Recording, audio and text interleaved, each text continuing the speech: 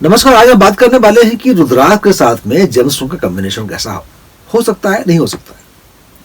बहुत लोगों को देखा हुआ है मैंने कि रुद्राक्ष के माला में ही जेमस्टोन्स को जोड़ देते हैं, या ब्रासलेट टाइप का आता है जहाँ के रुद्राक्ष और जेमस्टोन्स जुड़े हुए होते हैं, एक साथ जड़े हुए होते हैं। तो इस प्रकार की चीज़ों का पहनना कितना खतरा है या नहीं खतरा है, इसके बारे में बात करने चलेंगे। कुछ उदाहरण के माध्यम से मैं आपको समझाने की कोशिश करूंगा। मानिए आपके चार्ट में कालसर्प दोष है, राहु और केतु के कारण कालसर्प दोष बनता है। यह राहु की दृष्टि यदि सूर्य के ऊपर पड़ जाए तो पितृदोष बन जाता है। तो उसमें यदि आप हेसोनाइट या ये गोमेद स्टोन को आप पहनेंगे तो आपको पक्का हानि करने वाला है। लेकिन कुछ लोग क्या करते हैं कि रुद्राक्ष के साथ में, मतलब 9 मुखी रुद्राक्ष राहु के लिए, आप यहाँ कहेंगे भी रुद्राक्ष 8 मुखी होता है। मैं कितना बार वीडियो बना चुका हूँ, राहु केतु की भ्रांति के बारे में बार बार बताता रहता हूँ। 8 मुखी रुद्राक्ष भगवान गणेश द्वारा आश्रित उनका रुद्राक्ष है। तो ये केतु के लिए, केतु ज्ञान के लिए होता है, और 9 मुखी भैरव के लिए होता है, इसलिए राहु के होता है। ये समझाता रहता हूँ मैं आपको। आप वीडियो 8 मुखी 9 मुखी के बारे में देख लीजिएगा। तो 9 मुखी रुद्राक्ष के साथ साथ में यदि आप गोमेद पहन लेंगे तो राहु को और स्थिति को गड़बड़ कर देगा, मतलब कालसर्प दोष और घनीभूत हो जाएगा, ज्यादा बुरा हो जाएगा, और पितृदोष का जो फल आपको मिल रहा है और नेगेटिव फल आपको मिलने शुरू हो जाएंगे। क्योंकि गोमेद हेसोनाइट स्टोन जो है ये एनर्जी को बूस्ट करता है, जो रुद्राक्ष होता है ये बैलेंस करते हैं। लेकिन आप ये चक्कर में क्यों पड़ रहे हैं कि रुद्राक्ष तो पहन लिया, आपने अच्छा किया, 9 मुखी पहन लिया, लेकिन साथ में जो जोड़ दिया आपने गोमेद को, यहाँ पे गड़बड़ कर दिया, मतलब फायदा भी कर दिया और नुकसान भी कर दिया। तो रिजल्ट क्या आने वाला है? 0 आने वाला है। क्या फायदा है? ऐसी चीजों में नहीं पहनना चाहिए। कहाँ पहन सकते हैं आप? जिस क्षेत्र में ग्रह जो है आपके चार्ट में अच्छे हैं लेकिन कम पावर के हैं। कम पावर का मतलब मैं कहता हूं रिट्रोग्रेड में है, वक्री है, डेबिलिटेशन में है, नीच में, उसकी बात नहीं कर रहा हूं मैं, ध्यान रखिएगा आप। यदि ग्रह आपके माफिक है, अच्छे हैं और वक्री है, कम पावर के हैं, उनको आप पावर को बढ़ाना चाहते हैं तो रुद्राक्ष को नहीं पहन के आप जेमस्टोन को पहन लीजिए, अच्छी बात है। लेकिन यदि वो अच्छा ग्रह अच्छा फल तो दे रहा है, लेकिन जहां देख रहा है और भी घरों को वहां नेगेटिव रिजल्ट दे रहा है, तो आप जेमस्टोन पहनने से फंस जाएंगे। उदाहरण के तौर पर यदि शनि आपके 10वें स्थान में बैठा हुआ है, कार्यक्षेत्र में बैठा हुआ है मानिए, तो ये कहाँ कहाँ देखेगा? ये आपका 12वें घर को देखेगा, 4थे घर को देखेगा, वो 7वें घर को भी देखेगा, क्योंकि अपने स्थान से ये 3rd हाउस, उसके बाद में 7th हाउस और 10th हाउस को देखेगा। इस प्रकार से एंटी क्लॉकवाइज काउंट करेंगे तो आप समझ जाएंगे मैं क्या बोल रहा हूँ आपको। तो शनि के लिए आपने नीलम पहन लिया, मानिए कि शनि आपका वक्री है और कार्य क्षेत्र में शनि के पावर को बढ़ाना चाहते हैं, तो आपने नीलम पहन लिया। लेकिन अब ये भूल गए कि शनि अपने शादी वाले घर को भी देख रहा है, जहाँ की पैदा कर रहा है दुख, अकेलापन पैदा कर रहा है। तो जैसे ही आप नीलम पहनेंगे तो आपके कार्य क्षेत्र में तो उन्नति आएगी, लेकिन at the cost of your marriage, मतलब शादी में निरसता, दुख, अकेलापन बढ़ जाएगा। मतलब पैसे तो आएंगे, सक्सेस तो आएगा, कार्यक्षेत्र ऑफिस में तो अच्छा करेंगे, लेकिन घर में पूरा उल्टा हो जाएगा। तो यह करना चाहेंगे आप? ऐसा मेरे हिसाब से तो नहीं करना चाहिए।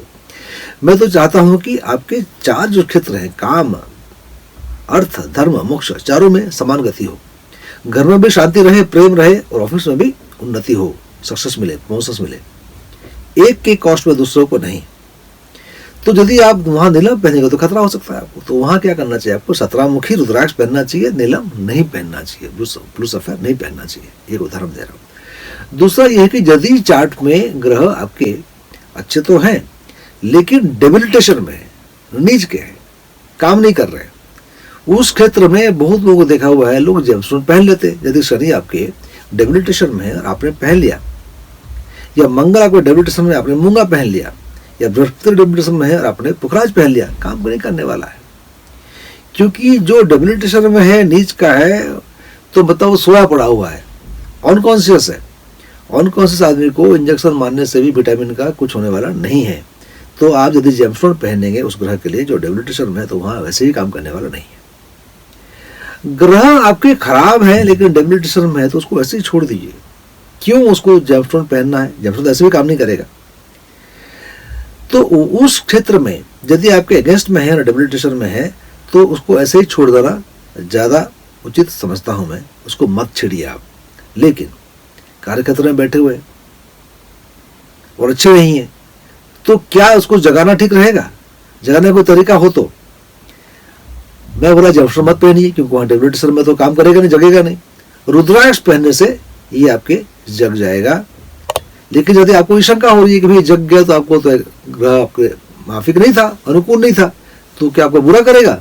नहीं, यही है रहस्य और यही सबसे अच्छी बात है कि रुद्राक्ष न केवल उस ग्रह को जगाएगा, न केवल ठीक करेगा, वो जो नेगेटिविटी है उस ग्रह की आपके चार्ट में, उसको पॉजिटिव में कन्वर्ट करने की ताकत रखता है।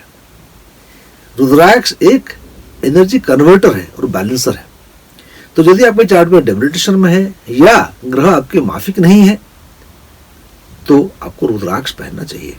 तो जो हम बात कर रहे थे कि किस क्षेत्र में रुद्राक्ष पहनना चाहिए, किस क्षेत्र में आपको जेमस्टोन पहनना चाहिए, ये को ध्यान रखना पड़ेगा आपको। यदि आपके चार्ट में कोई ग्रह अच्छे हैं, मानिए बृहस्पति अच्छे हैं, और आप पुखराज पहन सकते हैं, तो 5 मुखी के साथ में अब यदि पुखराज को पहन लेंगे तो आप पहन सकते हैं, कोई दिक्कत नहीं है। शनि आपके चार्ट में अच्छे हैं, 17 मुखी पहने हुए हैं, क्या साथ में नीलम आप पहन सकते हैं? आप एकदम पहन सकते हैं, क्योंकि आपके लिए शनि अच्छे हैं। तो जेमस्टोन नहीं पहन सकते हैं और आप रुद्राक्ष पहन सकते हैं। जैसे उदाहरण दे रहा था मैं कि आपके कार्य क्षेत्र में शनि बैठे हुए हैं, तो कार्य क्षेत्र उन्नति चाहिए तो आपने जेमस्टोन पहन लिया, लेकिन जो हानि कर रहा है शादी वाले घर को देख के, उसको बैलेंस करने के लिए आपको 17 मुखी के साथ ही पहनना पड़ेगा। इसलिए दोनों आप उसको पहन सकते हैं। तो ये देखना बहुत जरूरी है कि ग्रह की स्थिति क्या है, ग्रह की दशा क्या चल रही है, अंतर्दशा क्या चल रही है, कहाँ बैठे हुए हैं, किसके साथ बैठे हुए हैं, उसके हिसाब से ही जेमस्टोन को पहनना चाहिए। रुद्राक्ष एकदम सेफ है, इतना सोचने की जरूरत नहीं है आपको। यदि रुद्राक्ष पहन रहे हैं तो वो भी एनर्जी को कन्वर्ट कर लेगा और बैलेंस कर लेगा, जितना आपको जरूरत उतना दे देगा। तो जेमस्टोन को आप तो नहीं पहनेंगे, रुद्राक्ष केवल पहन लेंगे, तब भी फायदा कर सकता है। जेमस्टोन का प्रचार प्रसार काफी होता है, रुद्राक्ष के बारे में बहुत कम लोग कहते हैं।